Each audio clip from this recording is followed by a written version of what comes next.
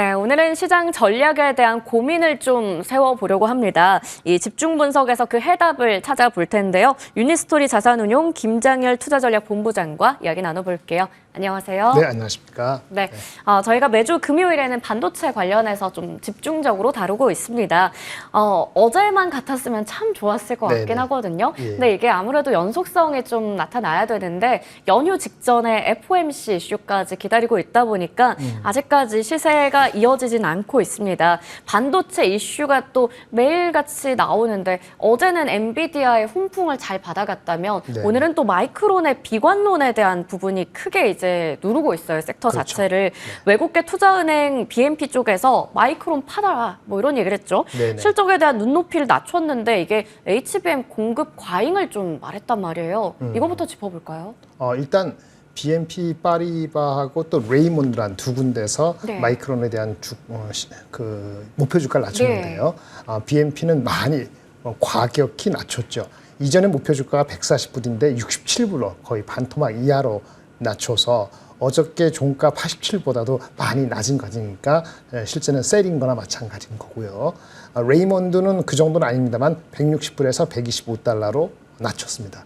근데 지금 뭐 HBM 뭐 공급 과잉 그거는 BNP 파리바에서 나올 수도 있는데 중요한 거는 마이크론 자체는 HBM의 그 익스포저가 작아요.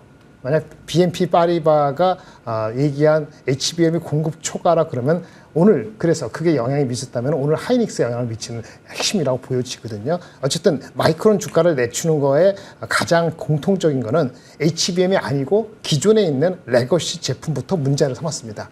기존에 있는 일반 PC나 휴대폰의 메모리, D램, 그 다음에 거기에 들어가는 랜드 쪽에서 이런 얘기예요.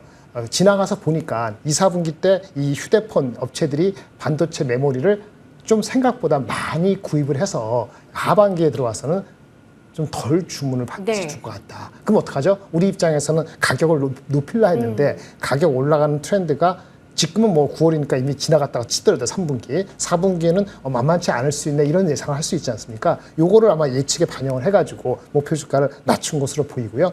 BNP 파리바는 아마 HBM을 주로 얘기를 했다고 하면은 삼성 하이닉스보다도 뒤쳐져 있고 삼성보다도 규모에서 뒤쳐져 있는 마이크론인데 이것이 HBM이 잘 나가야지 업그레이드가 되는 건데 아까 말씀드린 것처럼 HBM 아닌 것도 지금 가격의 저항이 받고 있는 게 현실인데 HBM마저도 공급 초과가 된다고 하면은 제가 그 리포트의 구체적인 내용을 못 봤습니다만은 그렇다면은 심리는 많이 위축될 수밖에 없는 거죠. 그래서 결론적으로는 마이크론 주가에 대한 의견이 나빠지면서 어저께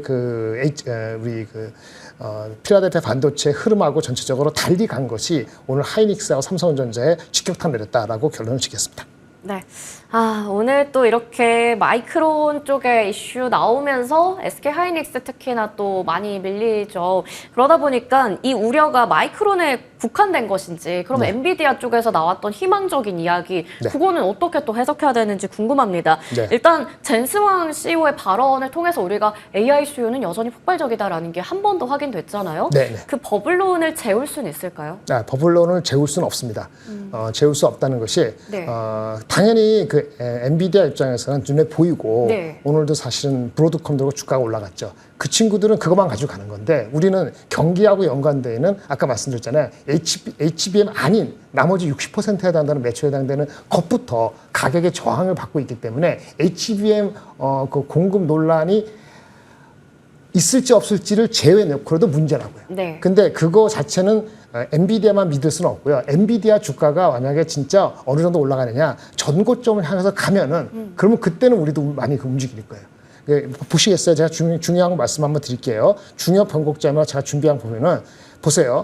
이게 8월 23일부터 지금 한 달 전에 그 다음에 8월 30일, 9월 5일 그 다음에 어저께 오늘 아침에 9월 10일 보면은 여기 보세요. 필라델피아 반도체는 지금 얼마 빠졌어요? 5.7% 빠졌죠. 마이크론은 15% 빠졌어요. 그런데 가장 중요한 이건데 8월 23일 날 필바는 전일보다 2.8% 올랐고 30일도 2.6% 오르고 이렇게 올라갔어요. 근데 그 동시에 마이크론은 어떻게 됐어요? 2.8, 2.6 올라갈 때 마이크론은 마이너스 1.4, 플러스 0.7. 그렇죠? 이렇게 언더퍼폼을 했다는 거죠. 그러니까 이게 달리 간 거예요. 그게 이제 HBM이 아닌 것부터 문제가 생긴 거를 8월 말에 이미 우리는 포착할 수 있는 네. 센스가 나왔다는 거고, 그거를 9월 5일 날 네. 처음으로 삼성전자에 대한 투자 목표 주가가 낮아진 게 네. CLS가 9월 5일이거든요. 9월 5일 날 이미 이제 많이 빠지기 시작해서 보세요. 9월 5일 날 되니까 하이닉스가 삼성전자가 얼마가 됐어요? 77,000원에서 69,000원 되고, 마이크론이 102불에서 90불 이하로 되고, 네. 하이닉스가 185,000원에서 16만 원까지 이렇게 내려간 거잖아요. 그러다가 어저께 올라간 거는 네. 엔비디아가 하면서 네, 네. 올라가니까 하이닉스가 좀 하루에는 많이 올라갔죠. 그렇죠. 9% 7% 올라가서 16만 8천 원, 좀 과하게 네. 올라간 거고, 삼성전자는 엔비디아하고 관련이 조금 덜하다 보니까 네, 네. 조금 올라서 2% 올라서 삼성전자는 어떻게 돼요? 마이크론과 비슷하게 15% 빠진 거고, 그 다음에 하이닉스는 마이너스 9% 빠진 거잖아요. 그렇죠? 이렇게 된 거 봤을 때는 삼성전자 하이닉스가 엔비디아하고만 연결된다는 생각을 버리셔야 됩니다. 네. 예, 그걸 안 버리시면은 저점에 매수하는 건 좋은데, 저점 매수하고 어느 정도에서 팔지에 대해서 감이 없으실 거예요. 엔비디아가 갈 때 똑같이 갈 것이냐? 그렇지 않다는 걸 말씀을 드리는 거를 오늘 가장 핵심인 거고요. 한번 보시겠어요? 엔비디아는 그 같은 기간에 8월 23일부터 30일, 9월 5일 동안 해가지고 어떻게 됐어요? 결국은 7.6%인데 오늘 또 올랐으니까 마이너스 5%잖아요.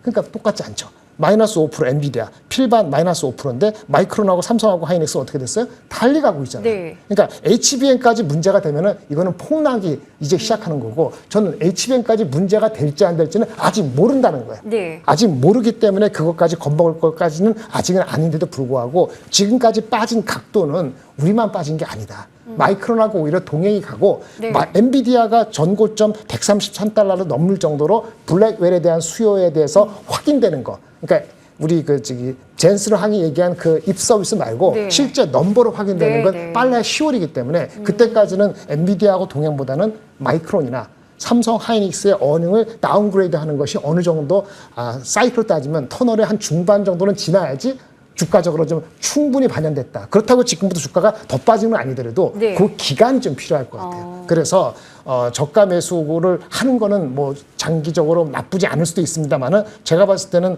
이런 상황에서 엔비디아가 HBM이 오버서플라이가 아니라 하더라도, 만약 이렇게 되면은 하이닉스가 먼저 빠집니다만 삼성전자하고 마이크론은 나락으로 가는 거기 때문에, 고른다면은 저는 셋 중에서는 하이닉스가 낫고요. 하이닉스가 15만 원대로 다시 전저점 비슷하게 가면은 그거는 단기 트레이딩이 가능하다고 보지만, 네, 네. 삼성이나 마이크론이나 시장 전체에 리드를 할 수 있는 주가는 아니다라고 말씀을 드리겠고요. 이게 중요한 게 엔비디아하고 AI하고 구분된 건 다른 겁니다. 오늘 보세요. 브로드콤도 오늘 2% 올랐거든요. 네. 이 같은 8월 23일부터 오늘까지 주가가 어떻게 됐어요? 브로드콤은 오히려 이렇게 지금 마이너스 1.1% 거의 안 빠진 거예요. 네.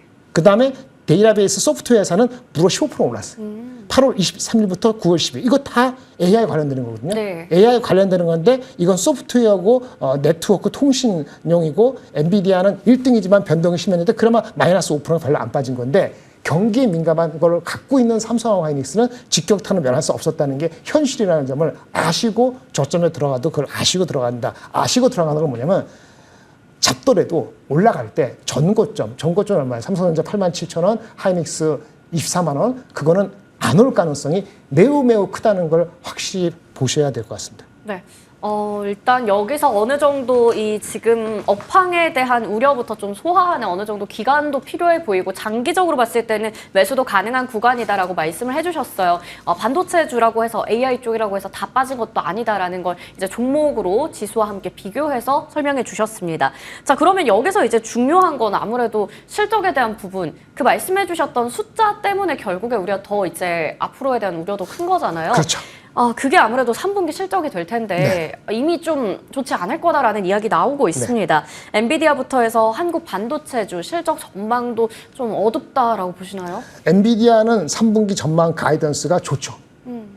어둡지 않아요. 네. 걔네는 어둡지 않아요. 네. 다만 블랙웰이 3분기 실적이 안 잡혀서 다른 업체들이 네. 실망했을 뿐이고, 엔비디아 실적 이슈 없습니다. 아까 브로드콤 들어볼 이슈 없어요. 근데 삼성하고 하이닉스가 이슈죠. 삼성은 원래 가이던스가 아니고 목표한 것이 애널리스트 컨센서스가 13조 중반이었는데, 지금 리포트가 나온 게 보통 10조 초반부터 11조까지 있어요. 한 2, 3조가 빠진 거거든요. 근데 2, 3조가 골고루 다 빠졌어요.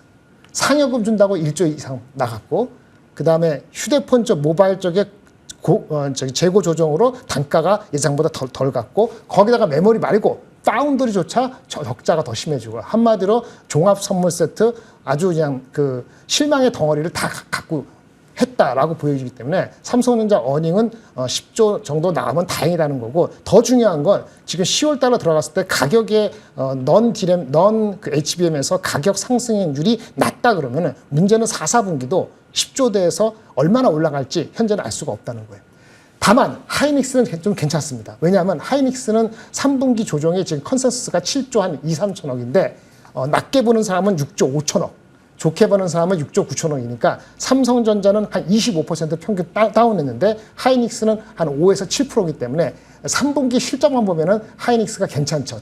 덜 빠지죠. 왜? HBM이 영향이 있으니까. 근데 지금 오늘 빠지는 거는 그거 말고 HBM도 공급 초과라는 생각이 들면은 하이닉스의 3분기 전망 6조 5, 6천억이 4분기에 8조 9조 이렇게 가는 건 힘들어지는 거고 아마 7조 대 얼마가 된다 그러면 하이닉스 제가 말한 것처럼 15만 원, 16만 원 낮지만은 목표 주가를 애널리스트 얘기한 24만 원 낮춰서 한 거 그것도 상당히 현실적이지 않다라고 말씀드릴 수 있겠습니다. 네.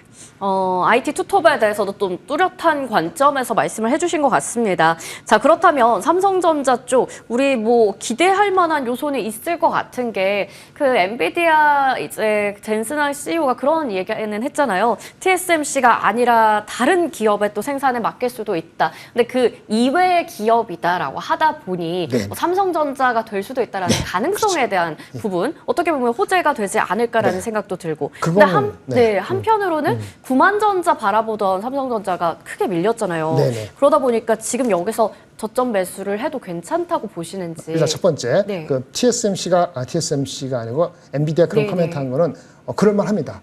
왜냐하면 그럴만하다. 캐파를 오펜러닝 하는데 네네. TSMC만 가지고 캐파가 팍팍 늘어나는 건 아니기 때문에 자기네 수요 많은데 수요를 못 맞추는 것 중에 하나가 파운드리라면은 파운드리를 TSMC 말고는 삼성으로 할 수도 있겠죠.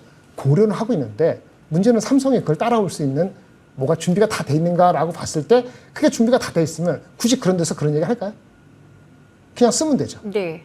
그리고 TSMC에 대해서 신뢰를 엄청 다른 데로 가면은 생산 수율도 나빠지고 모두 어렵고 다 전제를 깔고 그런 얘기를 다 하고 나서 그 얘기를 했어요. 그러니까 다른 데를 고려한다고만 한 그 리포트, 그거의 카멘트에 그거만 딱 따면 마치 삼성전자를 지금 곧 쓸 것처럼 생각할 수 있는데 그건 오도입니다.